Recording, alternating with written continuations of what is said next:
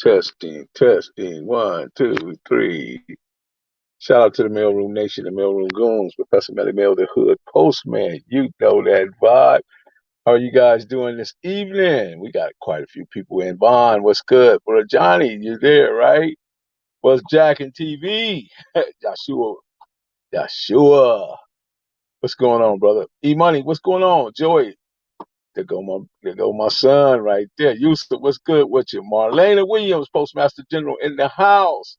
Yes, sir. BR, what's good? What's good? Let's get the wisdom. We are Wisdom Wednesday. It is Wisdom Wednesday.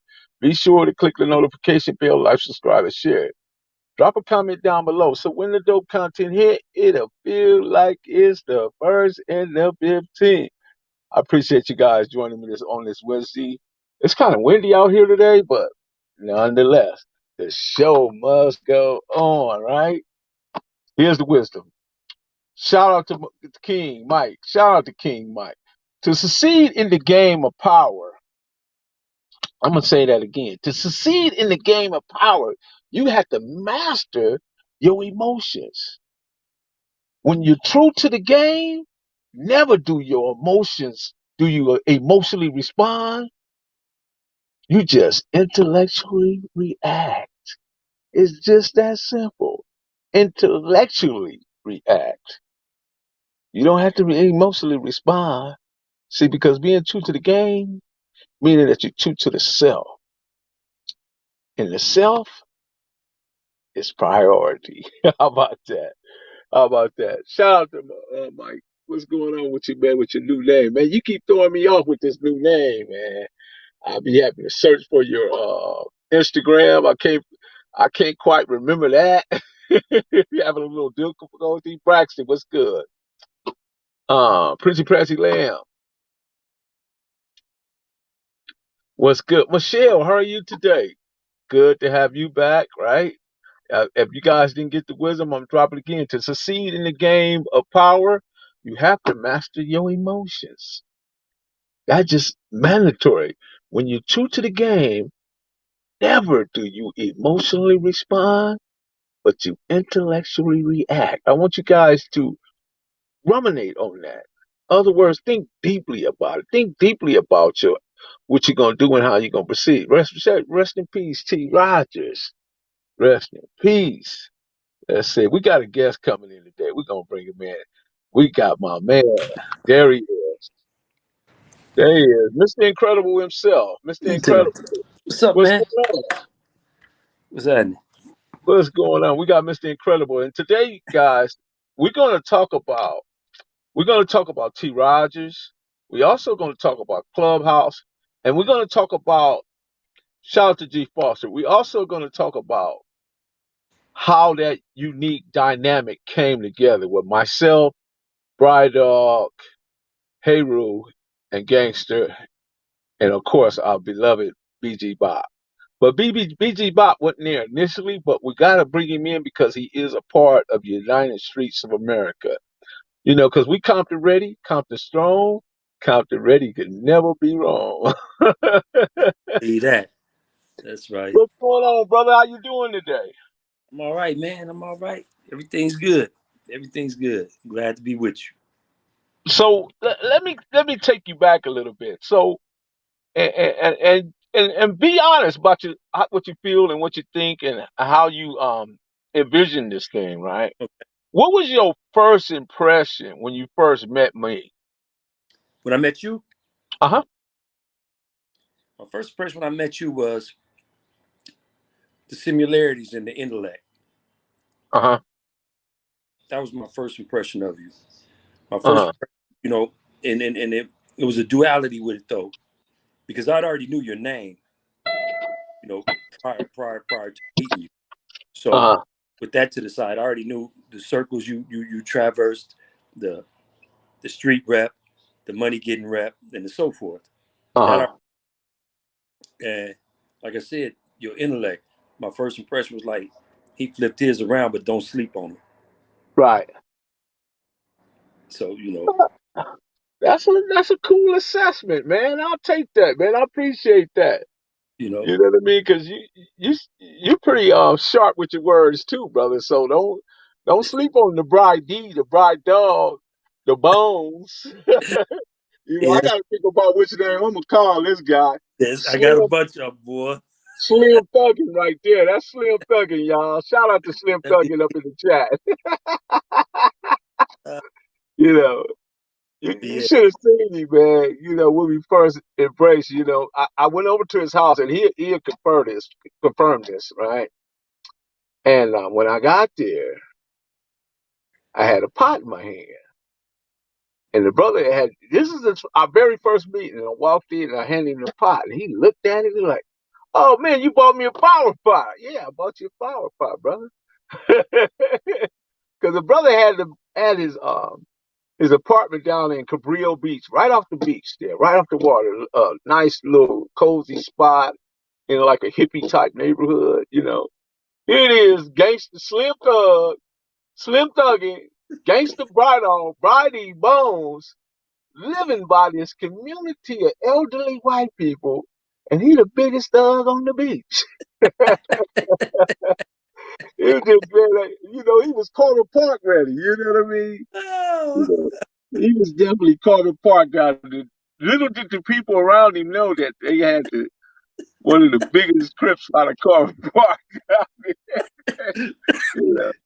So I'm sure they wasn't aware of all that, but I just had to get that in, right? I was You know what I mean? 'Cause you've been such a great person, man, and individual. I watch because I really watch. I pay attention to everything. You know what I mean?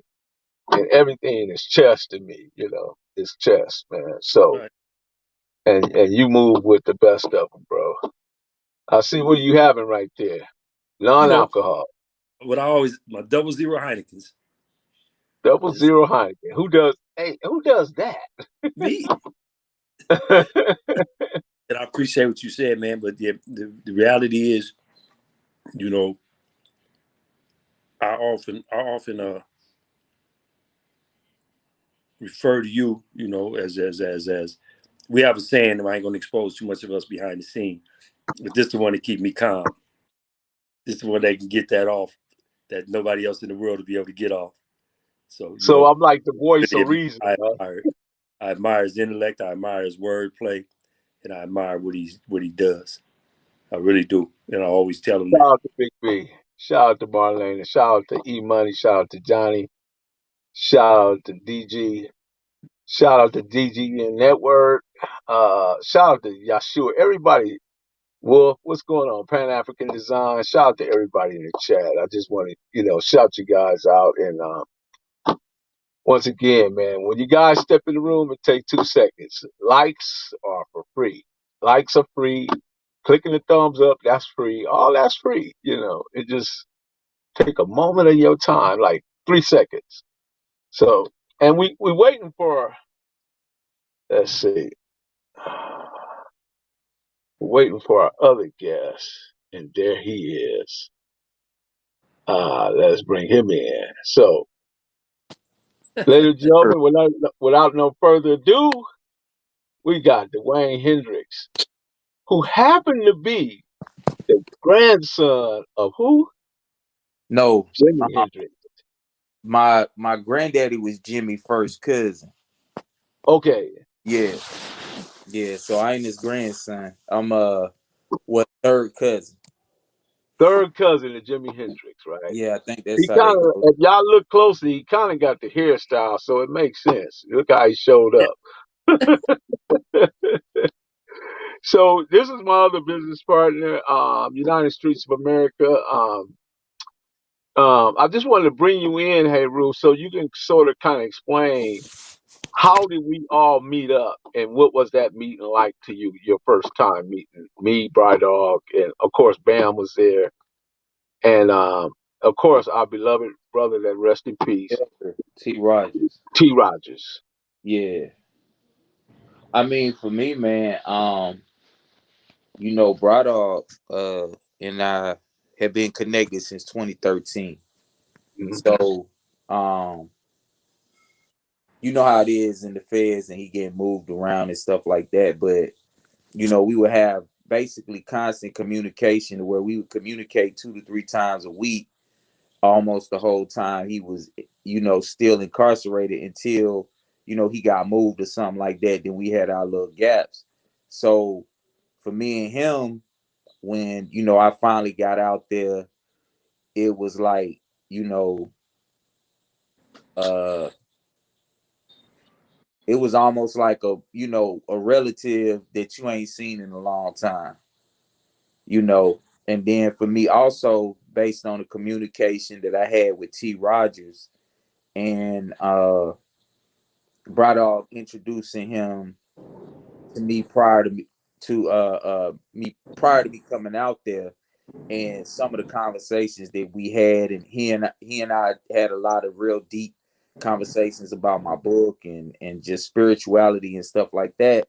So when he met me, he hugged me damn near tighter than Bry-D did. So it was like a situation where, it was like long lost family coming together. And, we knew that we had a mission of importance and, something that was going to be paramount as far as what we would be bringing to the table to help elevate our people. Let's You talk know, about that mission because you're right. That mission is paramount. It serves a great value to our community because as I examine our community and assess our community, we seem to have a great deal of information malnutrition that's just circulating through our community, and nobody seems to actually care. right. How do we get to even begin to address that, hey Ru? It's like, what we would do when we eat an elephant. You got to do it one spoonful at a time, you know. So little by little, everything that we do as a collective, I can't do everything that Bry-D do. Bry-D can't do everything that you do, you know. But with all of the different moving parts that we got, that's a part of United Streets of America, it could end up being something that could be um very huge with multiple people working together. And one of the things that we have to be consciously aware of is that it's always been this divisiveness, especially when it comes to us. Thank you, Bugsy. You know what I'm saying? When it comes to us doing things together, it's always this divisiveness. Right, right, So, right. so with the knowledge and the information, what what our brothers and sisters really have to be mindful of is that the people who have garnered the most power, on this planet, they've done so because they've kept hold of all of the vital information. You So know, how do we succeed in the game of power? What is one of your plans or our plans that you perceive that's vital, that's like something that has to happen up front? well, the most important thing that really has to happen is that our brothers and sisters need to see each other for who we are. You know, once we tap into ourselves and we get consciously aware of our greatness and all of the different things that we've been able to accomplish, before the narratives that they gave us about slavery and the false narratives about history and everything else, it's an empowering effect. So that's why so much has been done to conceal our truth, to keep us from knowing who we really are. You know what I mean? So um just by doing that alone, I think it changes the planet. Okay. Because we won't be looking outside ourselves and elevating those outside ourselves, and we won't be worshiping their money, and we won't be compromising ourselves in the way that so many of our people do. you know So here's a different type of question. What first what I like to know, what initiated your thoughts or even your mind to even reach out and tap into the West Coast culture and feel that that's where you needed to start with that culture right there. What was it about Bry-D, myself, T. Rodgers, Gangster, and and of course BG Bop that made you like man, I know we could do this. You know what I mean? Right. Well, I mean, first and foremost, just the intellectual capacity of Bry-D and the conversations that he and I had, and us being on the same page as far as what we see the problems that we face are, and what we have to do to correct them, and then as far as reaching out to, or knowing that it needed to start with the West Coast. I think when we talk about the structure, and we talk about now what has happened nationwide with the thing that we call gang banging, or gang culture, I think it's the most influential. Right. You know, Right. you got cats that's in Africa that say they Crips. I, France, I Germany, yeah, France, Germany, Germany, yeah, Australia, New you know, Zealand. right. So, I think that not to take nothing away from the Chicago gangs and everything else, I think what really was the beneficiary of a lot of that is the way that the culture got mixed in with hip hop.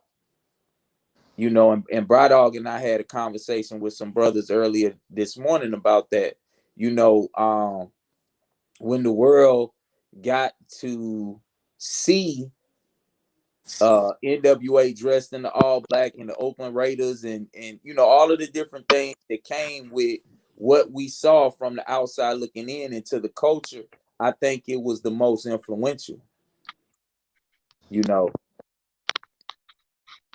So I think that's a large part of it. You know what I mean? Like how it spread so far and so Uh-huh. wide. Uh-huh. So So, Bright Dog, I Yes, want to sir. ask. I want to ask you now, being that you can't, your life has been built on a gang culture type sort of kind of framework. You came from a gang structure, right? And when you first started thinking these plans out, you were sitting over in what federal prison? When it first USP started, Victorville.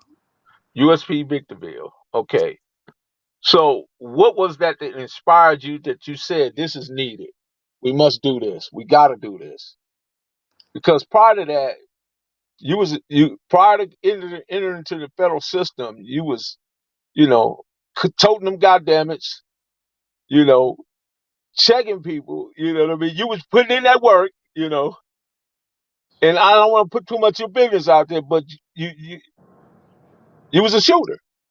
Yeah, yeah. Okay. Uh, So how did you actually calm your mind down long enough to absorb some things that you knew you had to have in order to nurture your spirit in a way that it was going to be perfect for what we're doing now? well, the catalyst was when I lost my son. My son was killed in 2013. All right. And I was like, had a long talk with myself, because my son followed in my footsteps. And I had a long, long talk with myself. And I said to myself, well, what can I do? What can I do to leave a impact that is substantial as opposed to the senseless legacy of my former lifestyle? And so, fortunately for myself, he and I connected through a third party, and we were like minded in our thoughts. Yet I was more in a pursuit of not necessarily stopping tribalism in different sections or what have not, but in saving at least somebody who may be a future doctor, lawyer, senator. You know, a doctor as in a PhD, a senator as in a litigator. I mean, a lawyer as in a litigator, and a senator as in the person that wields power. So I transformed myself, yet I still remain active in that environment because that's what that environment called for. You know, but I no longer wore it on my sleeve. I didn't have to wear it on my sleeve anyway because I'm not tooting my own horn, but my reputation preceded me anyway. So I just toned it down to the point of where if it wasn't Hey, yo, conducive to our DC. new growth, I didn't do it. So, right off, how many times have you been shot? in the field? 8. I just got a bullet took out my face right now. Mm-hmm. I got stitches right here right now. Just got a bullet took out Monday. Mm-hmm. And what span of period did all these shootings occur? 86, 87, 88, 90, 93. 93. That's just So this like the last one you got, or this is the last one I got that hit me. uh-huh. But it wasn't the last time I got shot at. Mm-hmm. Yep. So how did you? I mean, did you ever think you would make it to this point? I didn't care. You didn't care. No. Explain why you didn't care. Explain it. Well, I was so infused with reckless abandonment.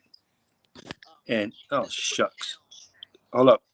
You cut your camera off. That's all. I know I'm about to I inadvertently jumped into Press somewhere I the wasn't phone. supposed to be. I'm coming back, but I can still talk. I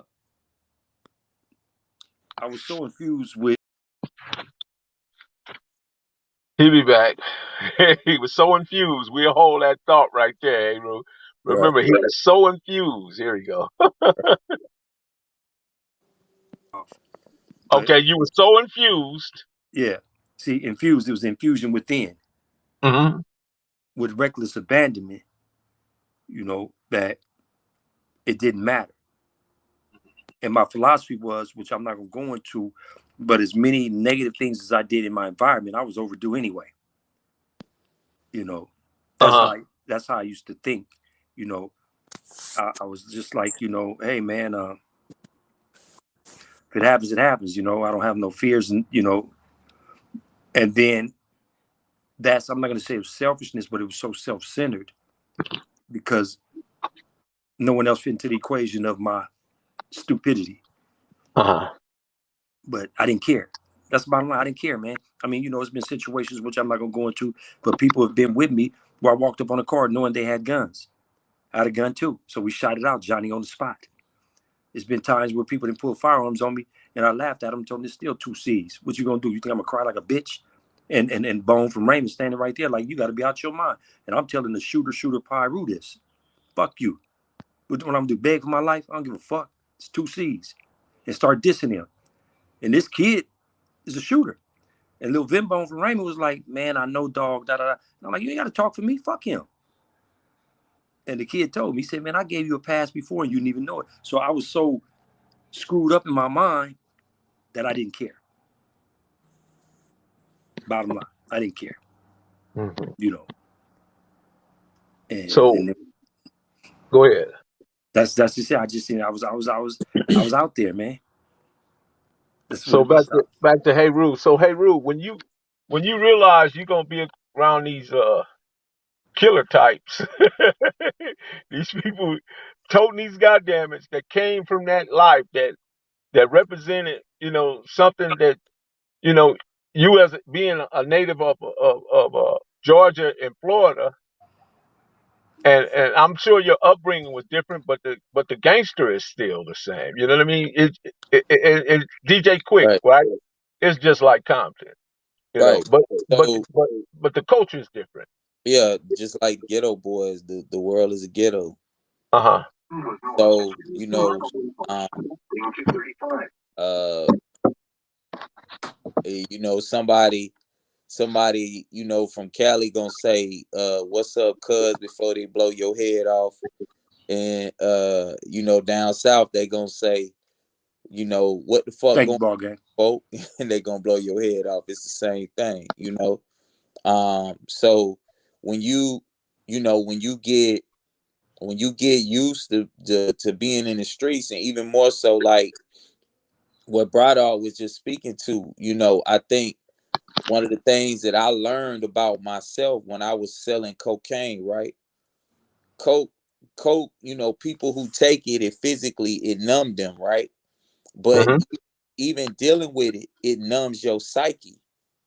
Even if you're not using it, just by you being a hustler and you being in the streets, it numb your psyche because you take all sorts of chances that deep down inside, you ain't supposed to be taking these chances.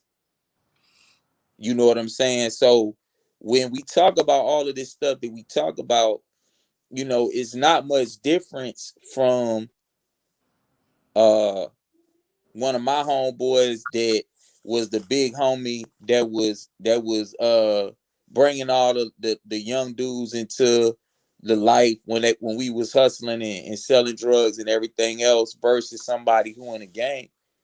You know, you don't get initiated and all that type of shit, you know, in some of the places down. But now, you know, gangs is down here. But when I was coming up, it wasn't that. So, you know, the same things happen.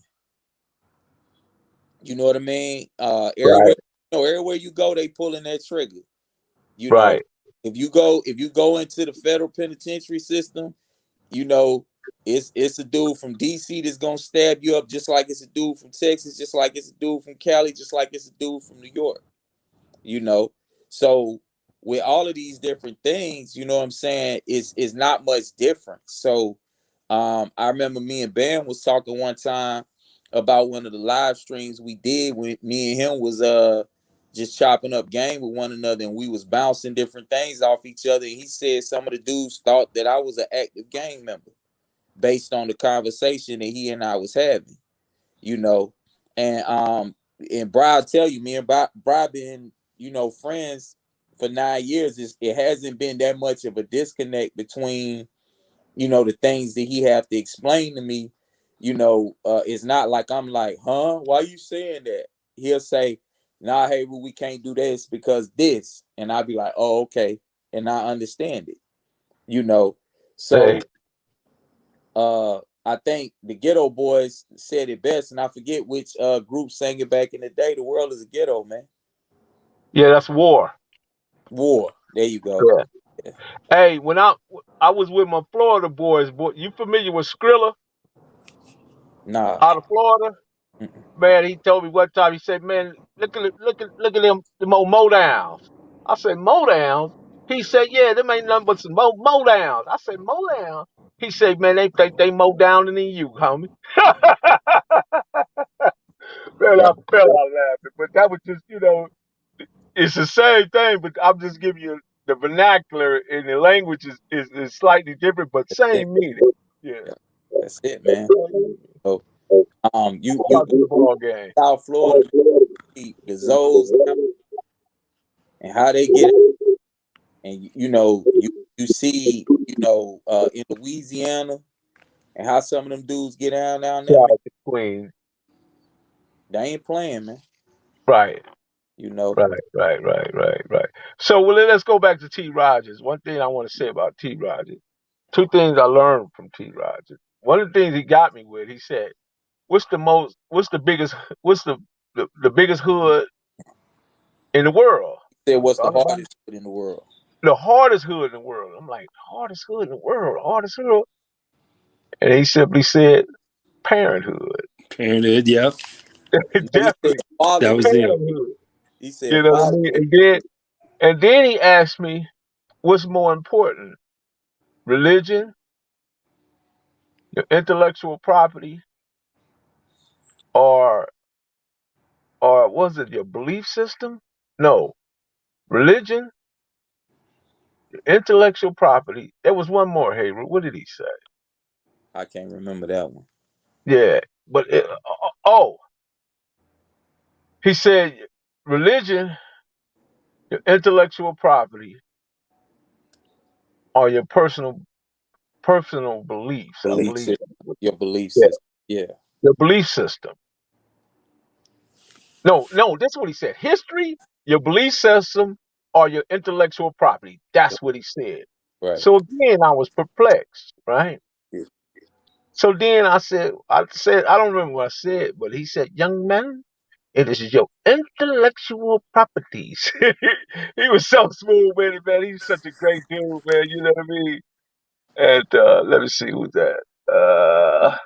Oh, T. Rodgers, man. I still ain't erased his telephone number out of my phone. Me neither.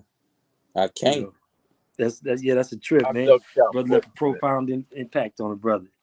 Yeah, Yeah. man. he was so profound, man. He was so profound. He was direct, very astute, very, very, very, very smart.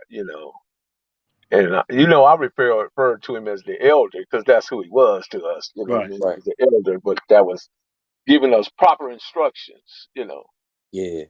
Proper instructions prevent poor performance every time, and he was instructing us along the ways of letting us basically know when he's talking about the intellectual property. He said, if you do this right, he said, because this right here is where everything is stored at. That's me, you, Heru, Bry-D, everything is stored up there. Nobody else has that. That's unique to you, unique to him, and unique to me. Yeah. But if we channel it right and do it right, we can actually leverage it to become a monetary equivalent. Right. You You're agree right. or disagree? I agree with you. And it's funny. It's funny, man, how me and T. Rodgers used to be on my head about why I didn't call him, right? I'm like, why you didn't call me? And then he'd come off the wall with some parable. Is that how you say parable? Parable, yeah. Parable. And I'd have to be stuck for a minute, figure out what the hell he talking about. Then it's dawned on me, and I'd end up starting calling him. He's a beast, man. That's my man. I'm sincerely smiling Thank in you, my Bad. eyes, Please heart, and bug me. face. That's my loved one right there. Hey, you know what? One thing it stuck out too, right? One time, somebody had called me over the phone, Bry-D, and they wanted to get in touch with T. Rodgers, and Right. the guy knew I had T. Rodgers' name, phone number, right? So I called T. I said, T, man, listen, Mr. Rodgers, Elder, somebody wants to get you on the phone. They want to get you on some things, and try to get you on this deal, right? He said, okay. I hear him out, young man. I hear him out. So I get the guy on the phone. And he started talking to me. And he's throwing numbers at T. Rodgers and telling T. Rodgers he need to, get the story and everything. So T. Rodgers stopped him and said, "Sir, pardon me, but my story can only spin one time." He said, "And if I spend it with you, it will not feed my children's children. So therefore, I must package my story and sell it to the highest bidder." He said, but anyway, and if you can reach that number, be sure to call my manager. He said, who's your manager? He said, Professor Melly Mel. Man, I fell out laughing. See, that's just like him to say some stupid stuff like that. Because when he was in the hospital, right, I called him up and I say, you need me to get you some groceries? Because, the expectation when he was coming home. And he said, well, you better not tell nobody. And I'm going to tell you where to drop them off at. I said, well, I'm going to give them to you. He said, no, you're going to drop them off. I said, all right. I said, I know what you like. He said, yeah, organic. Being that I cooked for us that time, it was all organic food. Right. He said, but he told me, I better not tell nobody. And I'm going to drop it off per his instructions. Right Which I on, was going to Capone. do, I too. appreciate Like I that, was the man. little I'm homie. I waiting was on that going to do artwork. it. Man, that's awesome, man. I try to get Trey Baby. Maybe I'll get her next time because I want Trey Baby to speak to the women in the chat because Trey Baby bring a spiritual side, Yeah. from a woman's perspective that, I think she's a phenomenal individual and I think she speaks really well and, hey, she's a spirit animal, right? Yeah. Yeah. She definitely is. So right on, Yeah. man. So all You this, got to all talk a this little bit louder, man. transition, huh? Yeah, you got to talk a little bit louder. Okay. So Yeah. all this transition and everything you had to go to doing the phenomenon known as the gangbang, right? Doing what? And Again? I say the phenomenon known as the gangbang. Everything you had to Uh-huh. go through, and you arrived where you at today, right? Right. How does it feel to be without the goddamn it?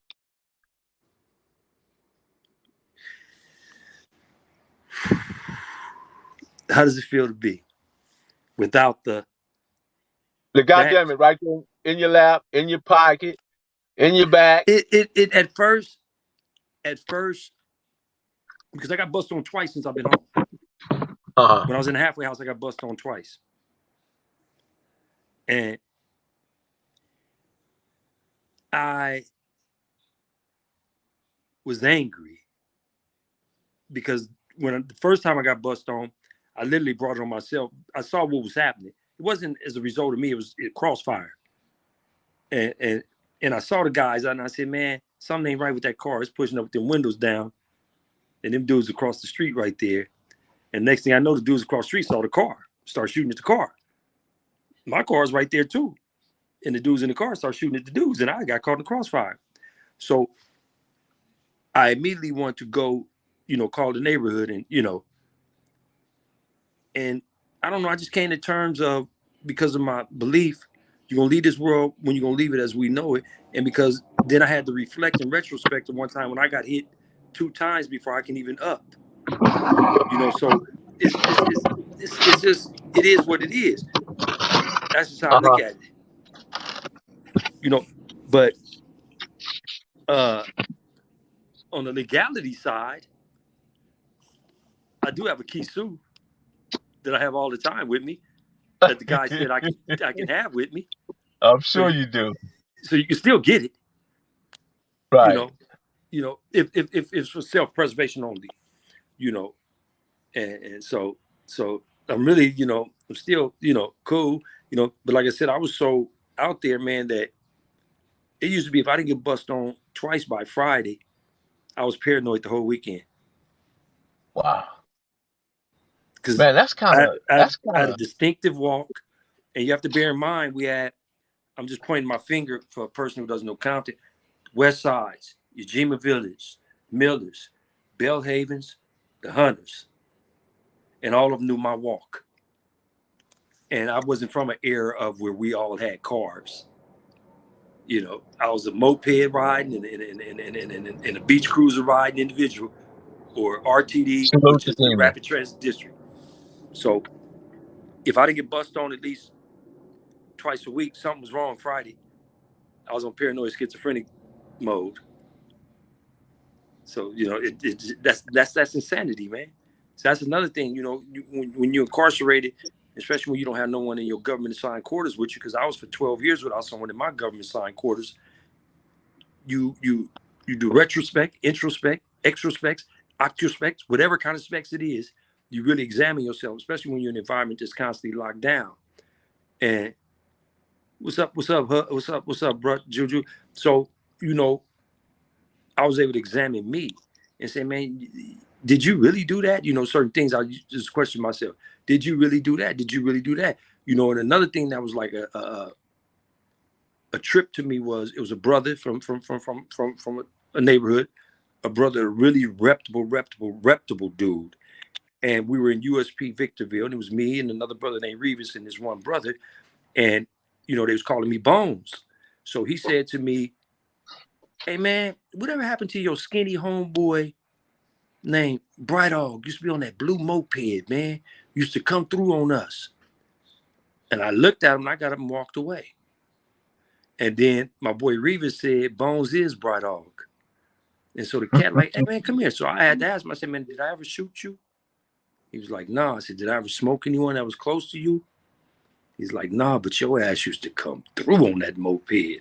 He said, you used to hit us on a fucking moped. I had a Pook Maxi moped. And I'll say where he was from. I used to ride over to the Denver lanes on my Pook Maxi moped and dump their ass out. So I was out of my mind. Because I dumped everything out in between the Denver lanes and car. On the moped. I could run down a moped.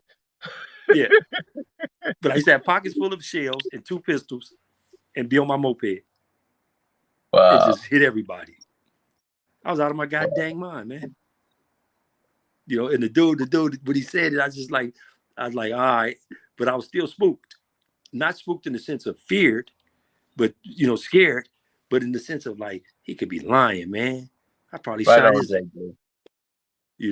But me and him turned out to be very good partners, man. Real good partners, Right. Until I left USP Victorville.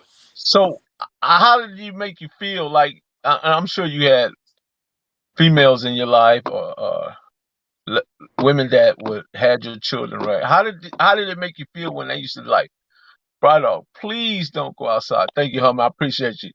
Thank you very much, Mark. Please don't leave. Stay home. Just be here with us. Did that have any impact on you? No. I was so screwed up, man. And my child's mother, number 4, attests to this. I was so screwed up. One day we was in the middle of the act. This was Pager's route. And my pager went off on the dresser, and I looked at it and it said 811. And I jumped up in the middle of the sex act. And she's like, I said, shut up. And I called the homies and I said, I'm on my way. Wait a minute, Bry-D. Wait a minute. That's how dedicated I was to the set. Wait a minute. Hold up. Let me gather my abilities right here. You mean to tell me you I'm was here. on the downstroke? I didn't hear you. The phone You rang. on I the just hung the phone up. downstroke, and you I just got hung the phone up. the call. You'll hear me up. I can't hear you. I can't hear you. I don't know why you can't hear me, because I hear you loud and clear. I can't hear you. Yeah, I hear him. I hear you too, Melly. I can't hear you. Your phone is moving. Go out and come back in. His phone trip. I can't hear you. Go out and come back in. Go out and come back in. Go out and come back in. Yeah. Yeah, this right off something else, man. Yeah, man. He's an interesting person, man. But I want him to finish up, and then we're gonna deal with the elephant in the room, and that's our beloved Clubhouse, and then the guy that everybody likes to refer to, defer to in the Clubhouse. We're gonna tap on that for a minute, Beirut. We'll let him finish up. Right, for sure. Yeah, that blew your mind, huh?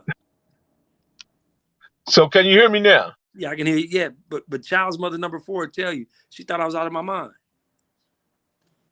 Because when what happened was, the homie got aired out. One of my guys.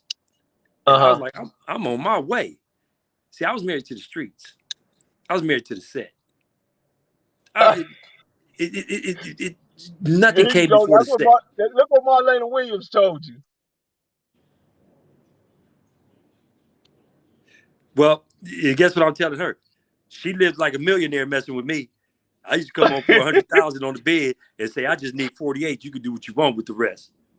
Because 48 was 4 yicks. She woke up one morning and it was a BMW in the front yard, and she waking me up, baby, it's a car in the front yard. I grabbed my pistol, playing it off, and walked around to the side. It was a bow on the side of the car, and I said, there you go, baby. So nah. And then I was on that. Well, I ain't gonna go into that, but that was all her, huh?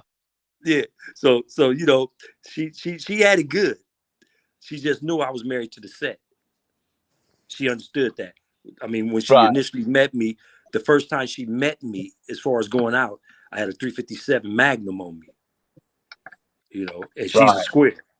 So once she accepted that, and then when we moved into our home, everything came straight from the furniture store, and everything was brand new. And I made her throw all her clothes away.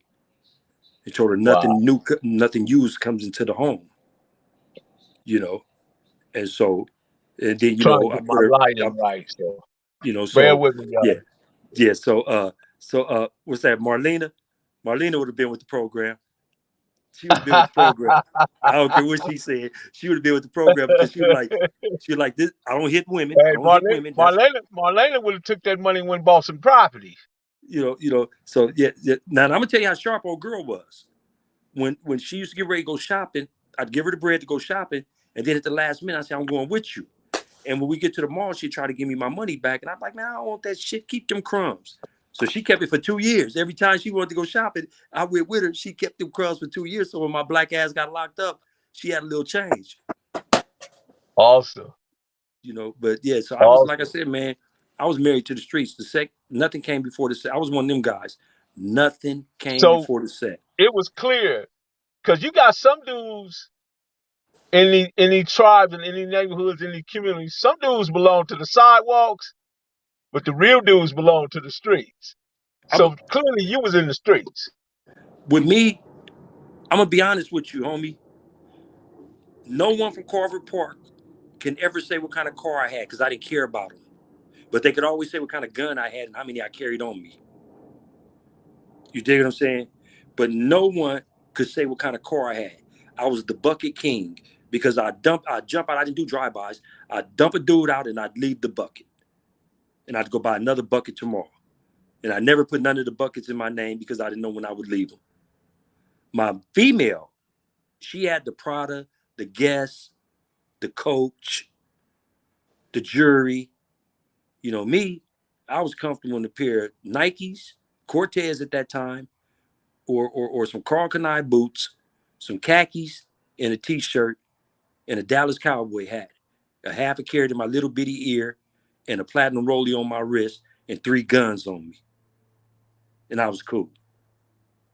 When we had to get dressed to go somewhere, she went shopping for me and dressed me appropriately because my everyday gear was khakis, jeans, Cortez, or Carl Kanai boots with a t-shirt I and the don't Dallas wear Cowboy. gold because it's taggy. I bust a Raider Yeah, hat, t-shirt, and khaki. yeah. I didn't wear no gold. I didn't wear none of that stuff. So, and when I'd pop up in cars, people would say, "Whose car?" But it would be one of my children's mothers. That was her stuff. But I'm just saying, I was screwed up, man. I was a gangbanger's gangbanger. I didn't want you around me. Gotcha. If you weren't one of the elitists, and when I went to other neighborhoods, if you weren't them dudes in that hood, I didn't gravitate towards you. I didn't care if you got money. Money didn't mean nothing to me. I go jump over a counter and I got a quick come up. So So yeah, banks were your thing. banks, credit unions, casinos, jewelry stores, supermarkets. That's it. Yeah, that How was my many thing. banks? Well, In my I don't want to know lifetime, that. no, but in my Well, lifetime, I can't even remember. I can't even remember, man. how many did they book you for? They gave me one bank robbery and one credit check cashing robbery. They Okay. filed the check. They hit me with third superseding indictment 2 years after I was locked up because the rat AWOL from Atlantic Drive. Anthony Lex is a king who's in my transcripts, and I call him the government cooperating witness when I got sentenced, and there was no objection from the DA because that's who he was, the I government think this for cooperating you. witness. This for you. That's for you, Bry-D. Karingo has a life sentence, and Joke is doing him. Matter of fact, yeah, Joke, if you hear this, man, somebody tapped into your page and they tried to holler at me on your page. So I asked them what clique was you from the hood, and they couldn't answer it. And I told them, get your lying ass off the homie's page, and I'm gonna tell them. Yeah, sure did. So Joker, watch your page if you hear this. Yeah, so yeah, I can't even remember, man. This is the first robbery I've ever been convicted of after all these Wow. years. Wow. You know, the homies used to say, why everybody come through here when you get out?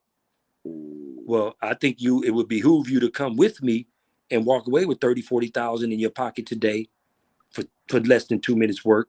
But they used to say they didn't want to come on things with me because they said, you crazy. I said, but you'll jump in the car with me and go over here and catch a potential life sentence like it's no problem. But you won't run up in this place of business and get paid with me. And I don't harm people on licks. That's unprofessional. And so other cats from other environments and other tribes used to come looking for me as soon as I came on because they knew my first week out, I was going to hit something. Right. Because I was the type of man that I had 10 licks in my head at all times. Places I looked at, even when I was, buying multi-keys and stuff like that, it was still licks I had in my head. So if I fell on hard times, I always just scoped them out. That was my thing, man. I was a career crook, man. And it's the simplest thing, man, because I try to tell dudes, man, is your end game a dead end game? What's next? Right. But So, all my children, gone. no, I was just gonna say, if you were finished, if you ain't finished, keep going. But if not, I would like to talk about the elephant in the room, man. Go and talk about the elephant in the room. I'll speak The on it. elephant in the room is the Clubhouse, man. And what's your there go Trey Baby too. Let's get Trey Baby and we'll talk about the elephant in the room. Hey Trey Baby. Hey, peace. Peace, you Hey, fasten daughter me, of mate. mine. Hi, Dad. So Trey Baby, but all the people who don't know, introduce yourself in the chat and tell them exactly who you are on the spiritual side and the physical side. Okay. Well, my name is Trey, aka Trey Baby, aka Jim, aka Boopy Monster. No, but That's my boopy monster. That's my day for it. yeah. So who am I? Well, first of all, I am a spiritual being as a black woman traveling in this physical world. Um, yeah, I don't know. I'm an enlightened person who's always seeking to grow and learning from my life experiences. And one of my greatest passions is to empower other women, mostly Black women, on their journey and discovering themselves and just learning and empowering one another. So I'm big on sisterhoods. That's a passion. And then as a whole, my passion is our people and seeing us do better, seeing our Black men do better, grow and learn to grow in love and get in touch with their spiritual side. So there's many aspects to me, but that's just in a nutshell. Okay. So last night we were all in what we call the clubhouse, right? We created a room that deal directly with either what's your status, either you're street or you entertainment, right? And I'm phrasing it right, hey Roo? Social media Social media, right? or street. So or street, social media or streets, and Trey, baby, I think you approached it with a really fair, open mind because I mean, it was a lot of men in there saying a lot of different things, but you gave an intuitive answer to what we were all like kind of going back and forth, and you kind of put a different spin on it. And if you can you go back on what your thoughts on, because we was dealing with the way Whack 100 handles social media, but also his street business, and then how he combines the two, and then he always finds an individual each day. And I don't want to keep talking about him, but I have to bring him up because he's the one that's taking an individual out of each community every day and dropping them into the fire. Hmm. How does that Yeah, make you feel to see one of your brothers, a black brother, do that to the next brother? it's frustrating. It pisses me off, to be quite honest, because there's already so much destruction and division amongst us. And like when we got on and I did, the first thing that I spoke on was, ironically, which I don't believe in coincidences, I was just listening to that audio because I came to put a bell for you guys' show to come on. And then that was in like a recommended. I literally got up into that part of that conversation that was going on with Compton AV. And listening from the beginning, I could tell there's a lot of young brothers in this room and young sisters, and it was so positive. It was so much love and support. He was giving advice that could help them in their lives on their journey with music and his experiences. And they were celebrating this young Black man, right? It's a beautiful thing for me. Then this abrupt person comes on, and I know I don't really sit and listen to him when he speaks. I don't like to entertain certain type of energy, but I do have to sit through at points so that I know what's going on. So sometimes I have to sit and balance myself out and listen to the BS so that I have my ear to it. And I'm glad I did, because the way um getting back to why I even brought that point up, the way it happened, you have this so-called older person, because I don't give everybody the respectable title as elder if they don't conduct themselves in a wise and helpful way, right? So you have this older person who's coming into this platform and showing their ass, right? Being disruptive and just negative, as opposed to, I hear the older generations constantly getting on the younger about them being that way, right? Them being the wild ones, them being confrontational and things like that. So that really, really pissed me off to see happen. But moving further on into the stream that was going on last night, when we're talking on a person being a good person or a person doing certain deeds, and that it kind of washes away the bad. I don't agree with that type of frame of thought. I Right. don't agree with it because everything that we put out into the universe comes back. People are suffering. Families are being destroyed. It's a vicious cycle. And I know a lot of people like to say, because there's a lot that I had to dissect on my own, going back into African ancient spirituality and the way our customs were, and tribal warfare and getting together, rites of passage for boys and all of that, and in my mind understanding how something could develop as far as like gangs, tribes, those sorts of tribes, right? So I can get in, I can see all that, and then coming into today, I see that okay, people are working to fix it. But when I see someone who's coming in that's being so destructive, is bothersome. It's very bothersome. So Uh-huh. there's no for me there's no in between. You cannot walk on both sides. Um if you want to be on a path of being righteous or just uplifting your people. So Right. I don't know Right. if I answered thoroughly, but there is some No, other stuff. no, you Um did real good because here's the thing: people are more important than money and things. Right. Absolutely. Right. So So when you get somebody that always lead with money, I'm gonna let you go, hey Rue. That always lead with the checkbook. Always, I'm making them 500. I'm making $1 million. Okay, that's none of our business. So, go ahead, Rue. I think that was you trying yeah, to answer that. yeah. So and what like it's two things that's important to understand about the whole situation is that um all when people start doing that, right? Like none of these dudes, when we talk about all the people who supposedly got the bag, right? They Uh huh. all they all kissing some European at an office somewhere else, and they bowing down to them at some point. And like I could have really pushed the line on dude from an intellectual level and really got on his ass last night. But I always follow Bry-D lead and your lead, Melly Mill. But one of the things that he said was that he'll get money with a Klansman. He don't give a fuck about none of that, right? And That's True Charlatan Mo, White's true Mo. language.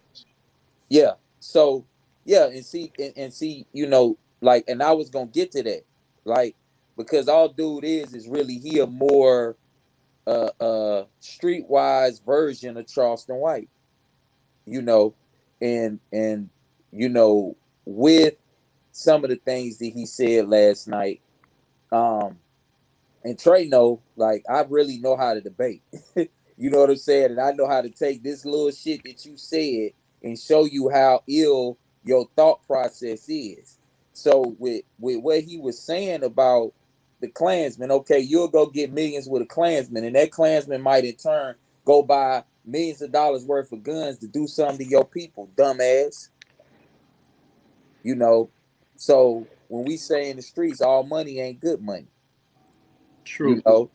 So when the brother asked him the question, and the way he tried to spin everything, like I said, for the sake of the fact that uh bro was in the room and bro was practicing diplomacy in the way that he was dealing everything, because we didn't want it to just be a situation where everybody in that room was just pushing the line on him and ganging up on him, because I think that's coward shit when 50 dudes got to get on one dude and do that, you know. But Right, right. but uh the thing that bothers me the most about the situation, and you told me about your case, Melly Mel, and the type of money that you and G was getting together. And I know the type of money that Brydog was getting, and I know the type of money that I was getting when I was in the streets. You know what I mean? So um all these dudes over here, we ain't no bums, we ain't no scrubs. You know what I'm saying? Like everybody who is involved in this situation, it's not like we ain't guys that could go get a bag right now if we wanted to turn back to that life, you know. So for people But to at what come into that, cost do? Let me ask you this, but at what cost do we get that bag? Because he's willing to risk the whole farm for a bag of money. Right. and throw Right. everybody under the bus at the same time. Right. Right. One of the dudes in a battle rap one time, he said, it resonated so hard. He said, "You'll kill the whole world to save yourself, nigga."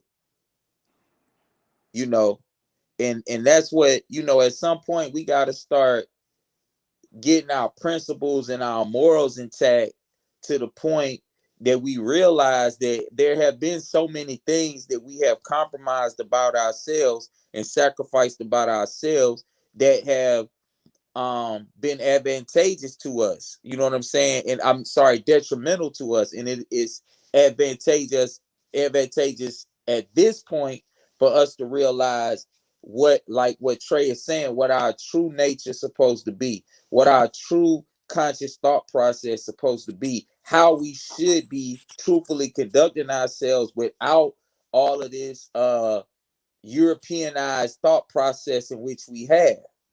You We've been know, sick for quite some time, hey, Ru. yeah, As a people.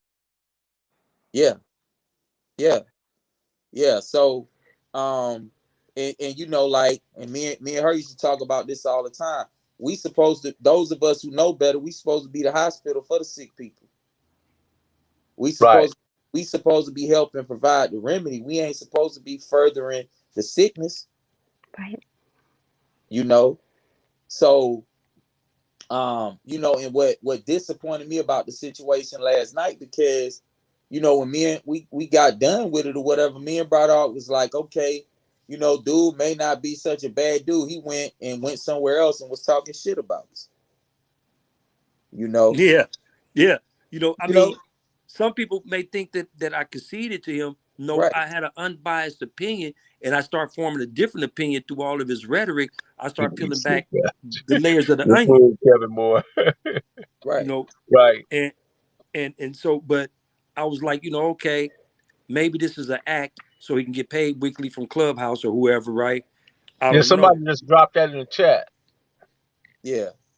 Well, we know it's an act and he getting paid, but see, this is the thing about it, right?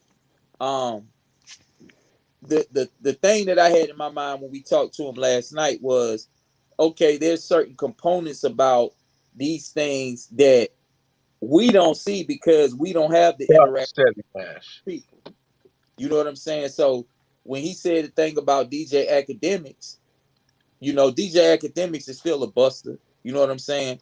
But at the same time, what he was saying was right. If these dudes is actually going out and committing crimes and they sending him the video footage, they just as stupid as DJ Academics is. So Yeah, I I like what Doggy Diamond said for real, because Doggy Diamond said some real stuff when he talked about marketing, and he also talked about how people they'll sell out. You know what I mean? One dude, we'll have a core, and then one dude will just sell out, bam, right, and leave everybody Every else cooked. time. right, Every time. And right, every great organization and movement. yeah, Every single time. yeah. Even in business, like you'll have Exactly. you'll have 4 or 5 brothers that'll stand together and say that they gonna do something, and then the right person come along that's from outside of that circle, be like, well, hey man, really you the most vital one in the situation. So if you come do this with me, you got to leave them behind, but I'm gonna give you this. True. You Yeah. know, I'm David Ruffin, and these I are was the about to say David Temptations. Ruffin and the Temptations, bro. I was about to I'm say it. David Ruffin, and these are the Temptations.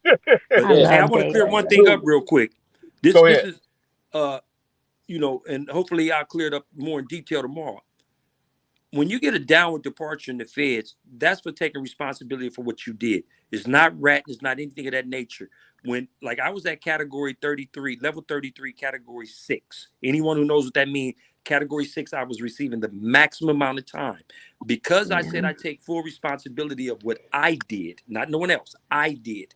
They gave me what's called a 3-point downward You departure. was looking at So 188 months, I believe, right? I was at 240 Two something. and they Okay. knocked I was at 265. They Yeah. knocked it down to 240 when I said I take responsibility. All Okay. right. So, and I read 40's paperwork. Ain't nothing wrong with that dude. If he would have been in the joint with me, he'd be walking amongst us. 40 Glock. You're speaking Yeah, of. 40 Glock. Let's make that clear. He read 40 Glocks paperwork. See, Yeah, and clear it up for everybody in the chat. Bry-Dog is like the guy that used to read everybody's paperwork into the feds. He became an expert at it because he spent a great deal of time in the law library. Am I correct? yeah, you absolutely. Okay, go ahead. And if I read it wrong and they got through, I'd be called pincushion too. I wouldn't. We both would have had to go. That's the rules. So I read the man's paperwork. The man cleaned it in the Board of Health. He would have walked amongst us. The only thing that homies would have asked for, because you don't get PSIs anymore, is sentencing transcripts. But according to the paperwork that he has and the charges in his plea agreement, he's cleaned it in the Board of Health. He got a downward departure for taking responsibility of his actions.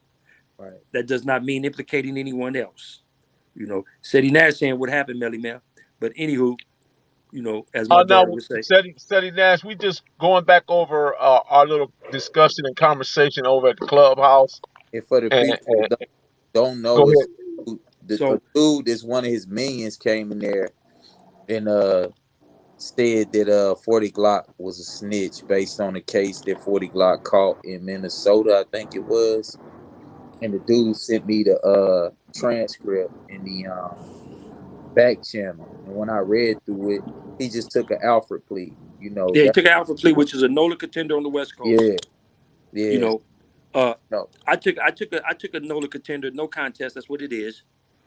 And I was trying to get one of my priors up off me to get all that time up off me that I had. You can go to Fine Law, Westlaw, Brian Darnell Berkeley, aka Bones Loke, aka OG Bry-D. That's what it's going to say. That's versus why. Versus the United States of America. And I was trying to get my no contest, which is an Alfred plea, up off me, so I could have got a reduction. I wouldn't have been a career criminal. So an Alfred plea is the equivalent of no contest. And how many of us back in the 80s hurry up and took those no contests so we can get a county year lid, or we can get 16 months, hurry up and go to joint and hit the streets again. 1 million of us took a no contest. No contest does not involve telling on no one. You just saying I'm not guilty, and you saying that I'm guilty. You saying really you're in the middle. In my circumstance, I pleaded to foreseeable. You understand what that means? Yeah. It's foreseeable. It was foreseeable that in the furthering of this crime that you would have did this or you would have did that. In other words, Ray Charles could have seen solely responsible for what I did. Nobody else, nothing. Yeah. And it's basically Ray Charles could have seen that you was gonna take this money and go do this with that money. Right. That's what they said. So the feds are a completely tricky thing. Everyone in the Fed who took a plea agreement got a downward departure because he took responsibility of his or her actions. Right. So yeah, the boy's good. 40's good. You know, I didn't give him the room he wanted because this is why I didn't. Now I'm gonna say this for the world. I didn't give you the room you wanted, 40, and we're going to this. Should I see you tomorrow? Is because you were overly emotional. You were letting someone take you off your square. So I didn't shelter you or shield you because you're a grown man. I just didn't want you to get so hyped up over something that you shouldn't be hyped up over, because if you would have been a little bit calmer, I would have read your work and would have, so I just let a person talk who don't know how to, sometimes it's better to let a person open their mouth and for sure be a fool than to keep their mouth closed and appear a fool. Right. So when it comes to speaking on that law, never do you emotionally respond, but you intellectually react. You have to act in an intelligent way. You know what I mean? Yeah. Because we all know that once you get caught up in your emotion, it becomes reactionary, and reactionary never make the right decision in that moment. So that's the only reason. That's the only reason 40. I'm saying as an older homie, and I say this with a smile. Look at the smile on my face. That's the only reason I set your ass in the corner. Right. Don't work with no feelings with me. We rips. Check your feelings at the door, baby. I set your ass in the corner because you was getting too emotional. Right. Because you was upset. You had every right to be upset.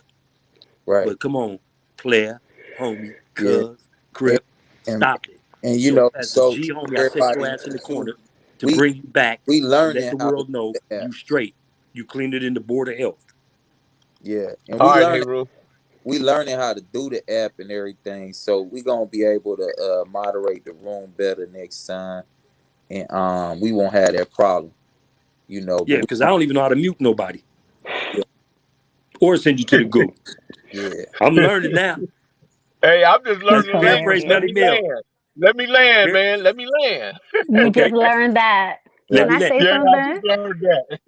Yeah, this is like only my third time listening in, and then I heard my dad say it. Then I heard somebody. Then I kept hearing people say it last night. I said, "Oh, that's how they end it when they're done with their point." Got it. I'm Right. so new to it. I just feel like, what's going on? So Yeah. yeah, I feel y'all. They made me a moderator. I wasn't that much help, but I kept booting people out. Oh, that was you. It was me because they were doing foolish stuff. You know what? And I want to make a couple of points. For one, I clicked on YouTube before I came on here for a moment while I was washing my face and, calming down from my workout. And I saw Baba T's picture and he's always And around me. I was gonna Like, come back to you about Baba T because you're actually the one that actually put us all together. Tell us, how did that come about? I definitely will. But I just wanted to make this point about him because there Go were for it. two things that were mentioned, and one of them was the bag. So, like I said, I'm big on sisterhood. Baba T brought me in to do So the tell them women's who self Baba T class. is, because you know who Oh, Baba T is. okay. Y- y- yes, my bad. I'm talking about Mr. T. Rodgers. Um, rest in love. He just transitioned on my birthday, August 19th of this past year. Actually, and it was at 11:11. It was either 11:11 or 12:12 when my bro hit me up and told me that was the time. So yeah, I'm talking about Mr. T. Rodgers, my really great friend and teacher and spiritual, guide, like one of the most phenomenal people I've ever met. I had the pleasure to actually have a friendship with. So in the class that I still continue the self class in his honor for the women, and Seven does for the men, Um, and one thing that he would always say in class, but he would teach me as well, was we don't chase bags, we build them. We don't chase Right. bags because he's seeing all this chase the bag, chase the bag. We don't chase bags, we build them. So, for a while, I'm like, listening, okay, I get it. But then we would work in the class on a lot of different survival techniques and things like that. So he was speaking on building backs in different ways, whether it was spiritual, physical to prepare for things, or intellectual, investing in our bodies, right? Our minds, our spirits. It wasn't, oh no, chasing that because we have the ability to attract that. That's us. The universe is me. I am the universe.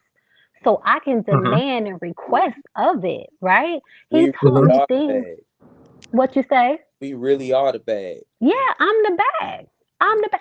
Right. So you Right. chasing something outside of yourself Talk that talk, that Trey, baby. has no sort of value, that can be gone at any moment. But me investing in me, oh, I'm gonna always be able to attain those things. But more than anything, mentally and spiritually, I'm grounded. Right? That's way more powerful. So I wanted to just mention that because you guys was talking about the bag and the money and the bag and his voice. I promise y'all, through so much through my everyday, his voice will pop up because he used to get on my butt, right? Hmm. Very, very, very toughly, very tough. But another thing was from the moment I met him, because his temper's like this. He's not taking no mess from nobody. He's not about to Done. entertain no bullshit. And Done. he does so without any apology, right? But if you're on a certain T. level, Rogers. what No, you I gonna was gonna say? say T. Rogers talked to you like he ain't lost a fight ever. Wait. Oh, I got a funny story about that too. Oh my God, this man, right? And then, but Right. look, it's so funny because when we met, I'm really sweet. I am. And then I have my other side, but I'm very humble and grateful when I come across elders that feed my spirit, right? Hmm. I honor and adore them. So, over time of us getting to know each other, he was like, Trey, you crazy. He said, you not fooling me. You got that voice and those cheeks. And he said, so he'd be like, I'm sorry, boss. We just go back and forth. But that was my partner. That was my friend, my teacher. But getting back to what I wanted to say on these two things, when we would speak, he would tell me, shut the hell up. And this is when we first met, right? So I'm like, Uh-huh. he done cussed me out plenty of times, but I understood it once it clicked, right? He'd be like, we're talking. I'm like, mm-hmm, mm-hmm. He'd be like, shut up. Listen, Trey. Listen. Right. I'm telling you, T. He Rodgers You're talking to right, you like Anthony. he ain't never lost a fight. And, I understood that, Anthony. I was and, just and responding to something somebody hit right there. Oh, I see. Yeah, so it's focusing on Baba T. So I used to, at first my feelings was a little hurt, but I'm tough, right? Like, oh, I could take that on the chin. It's bigger than that. And it would continue, but he would tell me, Trey, you have to listen. You have to master the art of communication. In order for you to master the art of communication, you got to master the art of listening. You have to listen. He would put me at times where I would have to shut up and just really be still and hold my tongue and listen. And it wasn't about just listening to someone was telling me physically. Hi, sis. Okay, that's my sister. Dad, that's your daughter, Shay, that you don't know you have. That's her. Okay. And Baba T raised her. Baba T been in her life for 20 years. She has an amazing Shout out to Helen for story. coming in the chat. Yeah, that's my sis right there. She's so solid. Um, she gonna make me cry. Don't okay. So anyway, he would yeah, When you just yeah, said you tough, girl. Come on now. I am. And that's another thing too. He knew how sensitive I was. And she do with my sisters and they would always be like, let it out. One of my other sisters that Baba T raised her dad. And it's crazy, and not crazy, Hey, but now, daughter. it's yeah, it's a beautiful thing. 'Cause I hate to say crazy, but he had influence on each of us, right? Individually, respectively, but we were all connected in these certain ways, right? And that's what like the tribe and alignment comes in. But he would tell me, listen, listen, listen, listen, not only to physically listen, but to listen with my spirit, for me to listen with my soul, for me to be able to navigate through what's being said and process things, right? So, I mean, when we're in platforms and people are talking, that type of stuff does bother me because even holding the circle that I continue to hold, the self circle, we have rules. You have to ask for permission to speak. right. No one gets interrupted during the dialogue. When we speak, we have to speak in first person. I can't come on here and say things like, well, what y'all have to realize, right? I can't say what people don't know. I can only speak for self. Right, right. And I that's get that. I very get that. valuable, very I get valuable that. in communication. Very Right. taught me a lot. It taught me a lot because I can only speak from my life experience. So I just wanted to share Cool. those two things quickly. Great job. Thank you, Trey, baby. I appreciate that. So Yeah, bright Mr. off. Man. Yes. What was it about Mr. T. Rodgers that impressed you mostly? Man, it's so much with that brother, man. You seriously, man. You smiling, Melly Mel. I see you smiling. I'm smiling because you had your private thoughts after you did ask the question. You know, you know. But with the thing that just sticks out to me, uh, when he said, "You're not taking my picture. This is my intellectual property." Yeah. That's just like But one thing that I Hey, can say on our, remember he told me pebbles become rocks and rocks become stones. yeah, yeah, there you go with the parable. But he Everything on is our terrible. private conversations where he told me one thing that stuck out. He said, "I'm not gonna call you OG. I don't like that term." Yeah. And he never did. Why would And, you call me and some demeaning shit like that? yeah, yeah, yeah. That's He so hated. my man. But the way he broke it down, he just said insultively or nothing.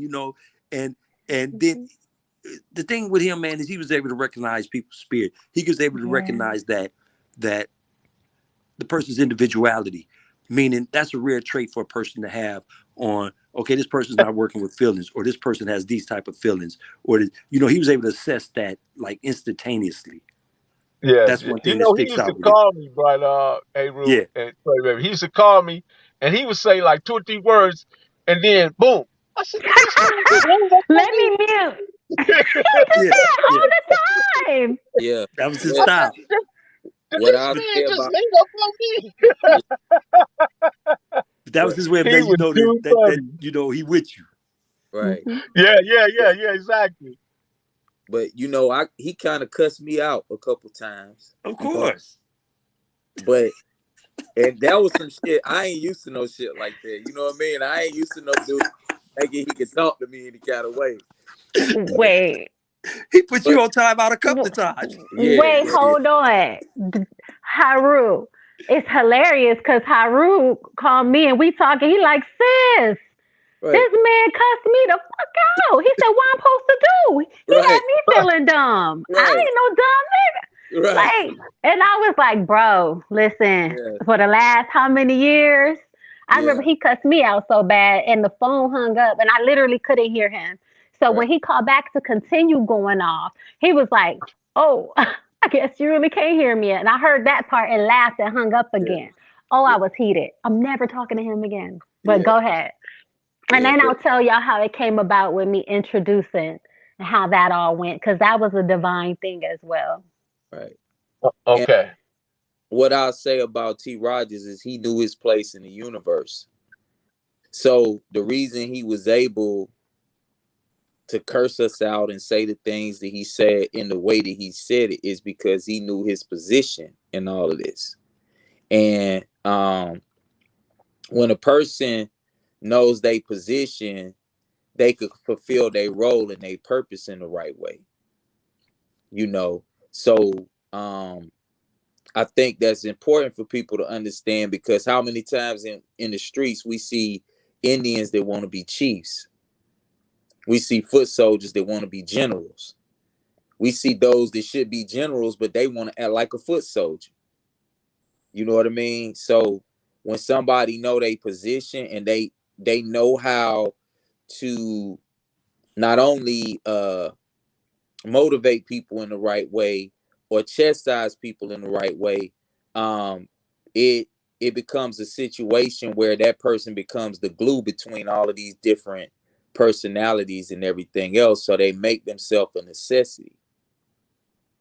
So that's what I saw with him. And one day I'm keeping all the text messages that he sent me because I want to show him the tray. And what's crazy about the situation too, Melly Mel, is that me and Bry-D actually met because of Trey. Okay. Yeah. So yeah, Yep. we got to keep that in mind as well, bro. You know, Right, Yeah, right, right, Reggie. I, right. I get you, Reggie, on the comment. yeah, Yeah, that was a no, Reggie. yeah. But yeah, So how uh, so how did Trey baby make that happen? with me and Bry-D, Uh-huh. well, Trey actually met me because of a YouTube video that I was teaching on. Don't do me. And it was this dude that came on the comments, and he was saying something, and me and Trey was like, "What? No, nigga, that ain't what need to happen." You know what I'm saying? And we both said it at the same time, and then we basically, joined at the hip from that point. And Yeah, so much so that Trey's birthday and my first daughter got the same birthday. that's my Uh-huh. baby. You know, so and my daughters call her auntie. You know what I mean?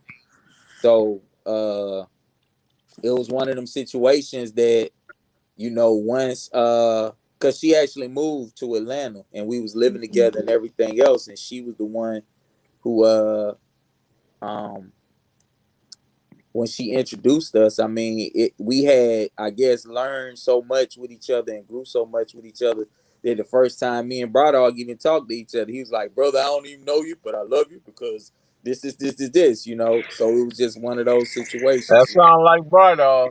Yeah. Yeah, yeah. Because Look, Haru look, looked He just out look, for let barged. me me. say He this. Let just me say seemed to this. Let me barge say in this. Let me people's say this, lives. Ray. Wait, Melly, let me say this. He said, and I'm gonna tell you this. I don't like dudes, man, but I Yeah, love you. yeah. Yeah, Ha, Hey, he always barging into somebody's life, right? right. I don't like dudes, man. I don't want to say one thing. That's funny because back in that time, this we met in 2012, and back in those times, in my level of consciousness and learning, I was like wild, right? But not out of control. But I would come for people's necks, and I would come for them because people were so, and they still are, but I really digress. Like I told Haru last night, I'm like, they finna bring me out of retirement with certain stuff that was being said last night, but I kept my composure because I don't debate anymore. You know what I mean? But we both had that same insight and we just connected with our thought process because a lot of people are out here spreading so much BS, and especially they, I mean, they will read something, one thing, watch something, they know everything, so they're on platforms spreading misinformation, right? And our people already suffer from being misinformed to where we have to go back and relearn and True unlearn, comment. right? Right. So that bothers me with a passion, and then it was, I think at that point it was a little different when you would see a female step up and debate when it came to these dudes in this community or whatever. It was kind of like, but the thing, like Haru would always say, like, you look like a little China doll, you look like a baby doll, but they don't expect that that's what's going to come next. Right. You know what I Right, mean? right. But it's the thing is, I am a very intellectual individual. I have a lot of insight, and because of the level of what Haru and I were on, and my father is, that's my comrade, right? My father taught me a lot. We go in, with expressing ourselves and with knowledge, and he put a lot in me as a child. So I'm very transparent with my dad. It's Yeah. not much that my dad don't know. We talk about any and everything, and of course I let him know because prior to Haru and I meeting, I wanted to go to Atlanta. And I had visited, and so then I went out there, and it was like it was the right time. I move off timing, right? Things happened with the hospital shutting down. I wanted to go. It was like the perfect time, I thought. But then 10 days after I get there, my brother Darnell passes away. Uh, So I rest in peace. mentioned this. I was with, yeah, rest in love all day, because I was with Haru at his mother's house when this took place. But Yeah. that night that it happened, we went out to eat with his mom, and we're having all this. He had me eat alligator. It wasn't that bad, but I had my crawfish, and he like, sis, take a picture. You gotta let your dad know. You know what I mean? Like, I'm taking Right, care of right, you. I right, got right, right, you. right, I got you. But he right, always right, had me. He right, always had my back. I didn't have to worry. Like, we're going out to eat. If I don't like, I didn't. It's just with any and everything, and we became shout family. out to Slim. You know. So, When she first moved Trey there, I went to baby. the barbershop. Hold on, Melly Bell. I went to the barbershop. I was like, hey, look, you see her? Something going on, nigga. Something happened to her, nigga. It's your ass too. He's I so was letting embarrassed. it So, He go. embarrassed me. so Trey baby. So Yes, sir. what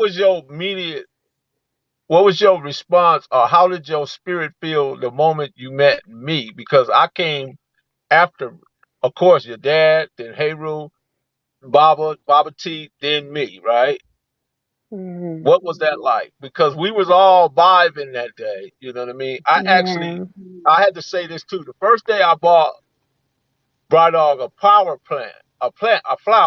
Mm, The next time we Zawadi. met, I bought the plant. mm. So, and I know he was probably like tripping up, but that just was something in my spirit that told me to do all that, because he had fixed a great meal and we sit down and broke bread. It was But what was beautiful. your impression when you met me?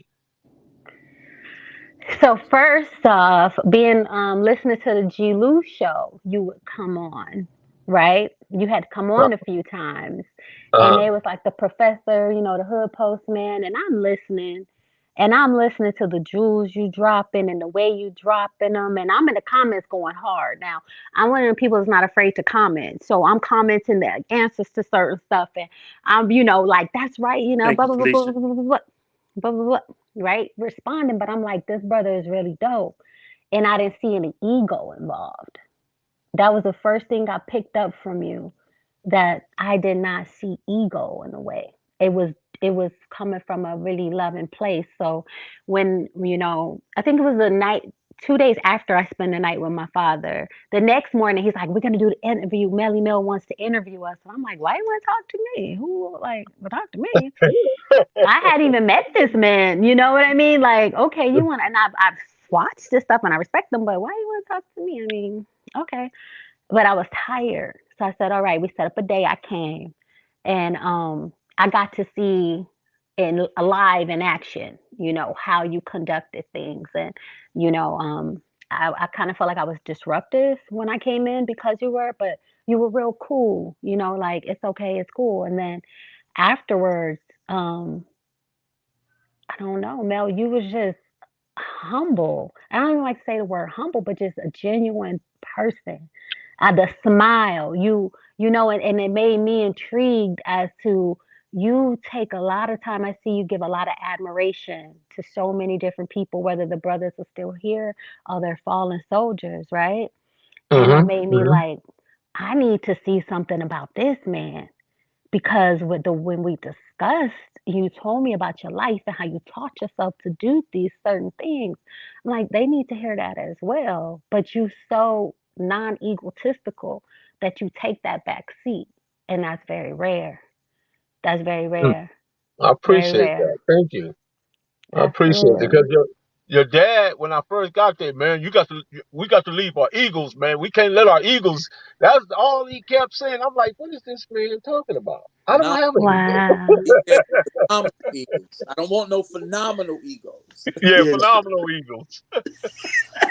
So, Wow. for those in the chat room, we were talking about T. Rodgers, and we also been talking about Clubhouse and Whack 100, and also I'm a gang historian. I talk about Crips and Bloods, but I also have a spirituality side of me to where and Heru also. Heru, how many books do you have, Heru? 4. I'm working on the 5th one now. And give us the title of your books. Um, I have 2 children's books. One is called Ariel's Crown. It's actually about the Yeah, process and we familiar with Fayetteville. Go ahead. huh? Sorry. Okay, No. it's actually the process in which I empower my daughter to embrace her natural hair. And the book is actually named after her. It's her middle name. Then I have another book that's named after my son and my baby brother that passed away in 2011 called Joel's Journey. And Uh it's huh. a story about a little boy who has a past life experience and realized that he's the reincarnation of King Tut. Then I also have a book called Supreme Science Volume 1, Does the Matrix Really Exist? It's a 444-page book that'll completely and totally wipe all the smut out of your third eye. And then I also Then they have can see. yeah, and then I have another book called Red Pill Alchemy, Volume 1, Can We Beat the Matrix? And the book I'm currently working on now, Red Pill Alchemy, Volume 2, How Do We Save the Babies? Or can Mm. we save the babies? And basically, it's a furthering of all the things that I write about, but specifically in this particular book, I'm going into explaining a lot of the things that we need to know and make our children aware of in their spiritual process. How important is what we're doing right now? How important is it, Heru? Thank you, Calvin. Thank you, Calvin Moore. Yeah, it's very important. I mean, what what people got to understand is that um the Helen God, said she needs some books. yeah, who Helen. My Helen Trump. sister. Shay. Okay. Yeah, Shay. Y'all I call her get Shay. I get all the links to her through Trey. But Hmm. what people don't understand, Melly Mel, is about when you talk about dudes that's from the streets, you talking about the real guys and goddesses that they build the penitentiaries for to put them in. You talking about the real pharaohs in these days and times. You know, so once you get past certain things and you start peeling back the layers, like I tell anybody that I could put Bry-D in a room with any businessman, and you know, I know that he's gonna be respected if you put him in a room with Elon Musk and Jeff Bezos and all them people. You know what I'm saying? Can you drop a link in the chat for your books? Because now people are asking for them. If that's capable. Okay, yeah. Hold on one second. Um, but yeah, you know, it's real important because Melly Mel, it's like what we doing with United Streets of America. What people have to understand is that, you know, we have people that are literally in almost all of the states, and we have people from almost every tribe that are tapped in with us. And you know, even though they may not be on camera and things of that nature, they are a part of what we do, and they ready to move when we ready to move. So we So really tell them this go ahead. weekend. This weekend, you went up to New York in order to see some people that was capable of making that happen. And what Right. was that meeting about that you took this weekend? I went and met with some people that actually will be potentially suitors for a TV show that we getting ready to come out with. I don't want to say too much about it, but you know, Okay, you know, we uh we actually, you know, have something that we're gonna be bringing to the table real soon.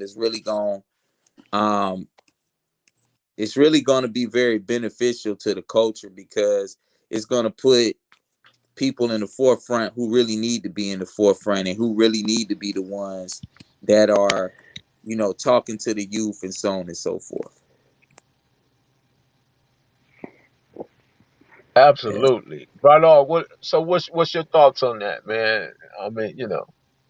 So Well, okay, let me put it another way, right off. Let me because okay. I wanna try to challenge the guys out of New York. You know what I mean? And why do they feel a need? And I may be looking at it wrong, but they seem like they feel a need to hear from Whack 100 on a daily basis. Like he's the voice of West Coast culture, or he's somehow so tapped in with East Coast, West Coast. He's like the oracle that's in between both coasts. Well, lately I've been interacting with a lot of brothers from the East Coast, for one, and that's not how all of them feel. Uh huh. You know, well, the ones that have ties to, you know, street figures, they don't feel like that. But it's the cats that are infatuated with the West Coast genre of gang membership, Right. right? And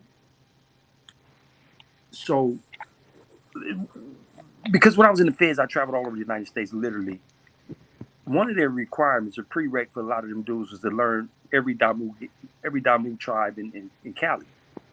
That was actually one of their things, you know, in league with other things. And so it become a fascination. So when you have a voice that's so vocal and boisterous and rah, rah, rah, because we're naturally overly expressive people, that beyond and above is attractive. And then because you don't know the geographics of a certain area, you assume, which makes an ass out of you and me, that the individual has all of the West Coast on his back. That's why I said last night, you know, when he said, I said, you know, but you need to, you know, like the explicit warning on the old rap albums, you need to say that this is your opinion, this individual. But he came back at me with, if they don't know that, basically they some dumb fucks. So I said, well, shit, say less. You already said it right there. That this is a opinionated individual's response or outlook on things. So I just think them dudes are fascinated with the culture, you know, and you know, because the cat said this morning in the room I was in, why do they hate us so much? And I had to jump in there, and the narrator, who's from New York, he checked them too. I'm like, bro, they don't hate us. What are you talking about? You know, the dude was like, you know, we jealous of them on this, that, and another, and all this old junk. But Oh man, so I love me some New York, man. yeah, that's I why. love me That's some Texas. I love me yeah, some of Georgia, Florida, yeah. Tennessee, wherever, wherever Yeah, so melanated I people broke it are. down to the kid. I broke it down to him. But I think the thing is because of the loudness, the brashness of the voice, and because it's predominantly Damus out there, and that a lot of cats on the Eastern Seaboard and the East Coast got caught up on the it's popular to be a Damu. So when you have Yeah, the only vocal Damu from the West Coast, if you don't know what you're supposed to know, you gravitate naturally towards that individual. right. And then when you don't have nobody doing rebuttals based on the fact that, you know, when you have so many platforms and you financially able to actively pursue those platforms, and we all know in the street life when you're having a little change, people chase after you and they all want to touch you, they want to be around you, so forth and so forth.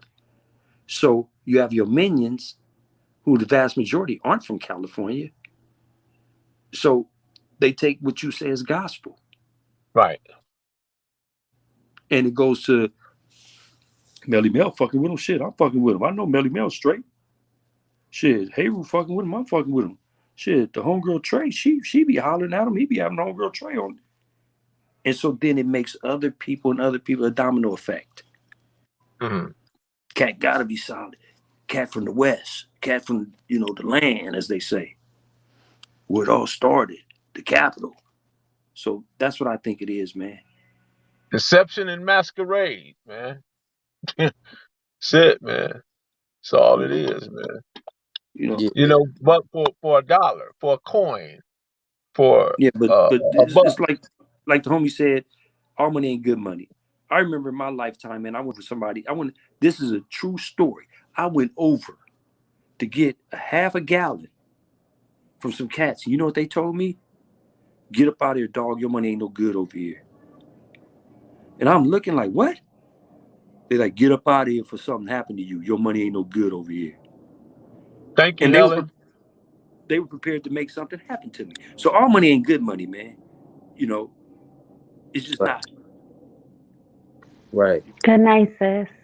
The people who I'm putting the links in the comments, Melly Mel. Okay. Yeah. Yeah, so for the people who was asking, that's me, Kaba Earbots Ray. That's my YouTube page too. But you know, the people who talk about money like that all the time, the people I who didn't never, see it. Where did you put it at? I put it in the comments. Nah, you must have put it on Facebook. I put it on YouTube. I didn't see it. Did anybody see it? No. I'm not looking. Yeah, I didn't see it, Peru. Okay. Let me see. Let's see, chat. Yeah, it's I probably, see it. All you got to do is go to chat. yeah, you got to go to the chat, Melly Mel. You It'll looking pop up. Yeah, I'm looking The, at the chat. the least literate one discovered it. the dinosaur. The dinosaur found it. Right. Okay, I was looking in. I'm looking in the live chat, so I don't see the chat. But yeah, okay, got you. Yeah, it's in there. Okay, good enough. Good enough. Yeah, but you know, like, you know how they say like the billionaires dress like they shop at J.C. Penney's. Mm-hmm. You don't see them wearing a bunch of chains, and you don't see them, flashing, a bunch of money and all that type of stuff because they got it. The people who always talk about it They and they still say they like, don't see it, hey, Rube, so I don't know. yeah, that's probably somebody that's looking on Facebook. No, they looking in the live chat. If you put it in the chat, it's I different from put it in live the live. chat. I put it in the live chat, bro. No, he It's means not in the right live chat. here. He means on this. Do you mean on this part where you hit chat on StreamYard? Yes. Yeah. You see down there where it say chat bro on StreamYard? Yeah, I see that. But I can't post nothing in that. He the only one that could post that. Oh. Yeah. Oh, I'm about to see. Yeah. Unless they erasing it. No, press on Like, live. You see live? Press on live on YouTube and you can put it right there. I'm Melly Mel. I'm looking. Did that Okay. go through? Look, this is my other phone. I'm finna turn this camera. You can see. Yeah, I see everybody else is saying stuff. That's how I know they saying that they don't see it. Melly Mel, I'm looking at us right here. Oh, it's in the private chat. That's what it No, that's the is. live Okay. chat. It's the live No, chat. See? you put it in the Ooh, private boy, chat. that I'm looking at it. room. No, I did. It's 100. It's a live chat, 128 people. Cause I'm looking at the chat with my other phone, so it's in there. Yeah, No, but Yeah. ball game doesn't see it. Oh, he hung up. Maybe No, you he's can gonna. just pin it to the comments after the video. He can pin your comment with the info. Yeah. I mean, I don't know. Yeah, I see it in the Anybody private. who need it, they could find us on Clubhouse, Yeah. United Streets of America. We'll figure out a way to get it to you. Yeah. Right. Well, Trey, man, I appreciate you guys coming on tonight, and we got quite a bit said. We got miles to go still, but we oh said yeah, a lot, and we're gonna continue to do the work, and we're gonna just strive for better outcomes within our community, and hopefully that people get on board with it. You know what I mean? Because I can't say this enough. We got to get on code. New York, California, Illinois, Texas, Tennessee. We got to right, get together, man. right, Ashe. Washington. We got to get together. North Carolina, South Carolina, Georgia, Yes, yes, yes. Florida. We got to get together, man. So I appreciate you guys. Shout out to Hey Roosh. Shout out to Trey, baby. Shout out to goddamn it, Bones. Ah, that BD. Slim That all Thugger. right. BD. Slim Thugger. And I gotta say shout out to Baba T. Rodgers. Rest in Baba peace. T. Rod. Always. Yes, sir. Yes. Always. Sir. Rest in peace. His Rest in peace. spirit and soul is free and Rest in with peace. So us, we're and coming in Clubhouse tomorrow, right? Yeah. Yeah, I'm finna go over there tonight. Okay. Well, I'm finna we're go gonna over there. bounce over the Right. Clubhouse. We about to bounce out of here. So Yeah. I'll one see you more guys thing for the shortly. Go sisters. ahead. One more thing for the sisters. My name is in here. You see Trey Baby on my Instagram. If any of you sisters are looking for a circle to come to where you want to learn and get enlightened and work on yourself for self betterment, hit me up. We do the class that Baba T. Rodgers started is still going. I'm continuing to facilitate. We have a different type of structure to it now. But it's a great experience if you really, really, really want to do the What work on area is it yourself. located in? It's on Zoom. It's Zoom meetings On every Zoom. Sunday. Okay. Yes, Okay. Zoom meetings every Sunday. And then also there's a men's class that's on Saturdays. That's, like I said, led by Seven. He was the facilitator for years, and Baba T entrusted us as facilitators, so we choose to keep it going. But he actually created a Clubhouse room for the self class. So I don't know. He's kind of developing how he wants to go about it. But if any of you are interested, please let me know because, like I said, I'm big on sisterhood and just elevation. So yeah, it's a great way to better yourself. It did for me. So For sure. Take us out, bar dog. Take us out, man. Man, this is the hood postman. You know what it is, man. He delivered like the first and the 15th. Hit that subscribe button, man. Don't be hesitating. And we appreciate all the donations from y'all. And of course, we got Compton ready, man, on United Streets of America, co-hosted by myself, BG Bop, Gangster from the Tanners with the Big Bananas, the Hood Postman, and Crazy Hey Roo. One love, peace out. Why peace, ain't Rue y'all. crazy though? You really He mean that? gone No, too, I'm hey Rue. joking. He bounced Yeah. on you. Yeah. He I'm gonna crazy. Hey uh man, I I'm appreciate you. I'm What, gonna eat what, tell people where they can follow us at, hey Rue, before you go. my United Streets of America club on Clubhouse. Um And of course, you know, the United Streets of America, United Streets on YouTube, United Streets of America on Facebook, United Streets of America on Instagram. So where they get? Respect to y'all. Where can they catch up with you, Trey Baby, on Instagram? Yeah, Instagram is fine. It's Trey Baby, TreYBAYBIE. And I have my YouTube channel, which is really focused on mental health and, you know, connecting and bettering oneself spiritually. But I have not been on top of it, but I will be. But there are But some very transparent videos about mental we're health and gonna my have you back, experiences. Trey Baby, and we're gonna have Mhm. you, just you. We're gonna let you Okay. just take the mic and do what you want to do with it, and you gonna have no distractions. You're gonna be in there just doing your thing. I appreciate you Okay, coming well, on. I Much love appreciate to you you. always. Okay, enjoy your night, I'll say. You too. Ashe. Peace. Okay. Peace. Shout out to the Mailroom Nation. Shout out to the Mailroom Goons. I hope you guys enjoyed tonight's guests. I think they was very informative, very forthwith, just great sense of humor. Actually, very informative. Just a great bunch of individuals, and I hope you guys enjoyed it. I'm Professor Melly Mill, the Hood Postman. You know that vibe. Click the notification bell, like, subscribe, and share. Drop a comment down below. So when the dope content hit, it'll feel like the first and fifth. Shout out to the DJ. Shout out to Art. Shout out to Kev. Shout out to Antonio. Shout out to Michelle. Right on, Michelle. Shout out to God's Property. The Ball Gang. That's my guy. Terrell. Another one, my guy. Bodacious. What's happening, man? Man, we about to jump in over there at we're going to the Clubhouse. Clubhouse. Cobb Dog. Cobb, what's happening, man? Yeshua. Marlena Williams. Postmaster General. I think Mike bounced on us early tonight. I think he bounced on us early tonight. So shout out to all you guys. Cynthia Nunn. Thanks for coming in. Slick, stop by shortly. Mo, what's good with you, bro? You know how to hit me. Hit me on Instagram, wherever you do, bro. I'm there. I'm waiting on you.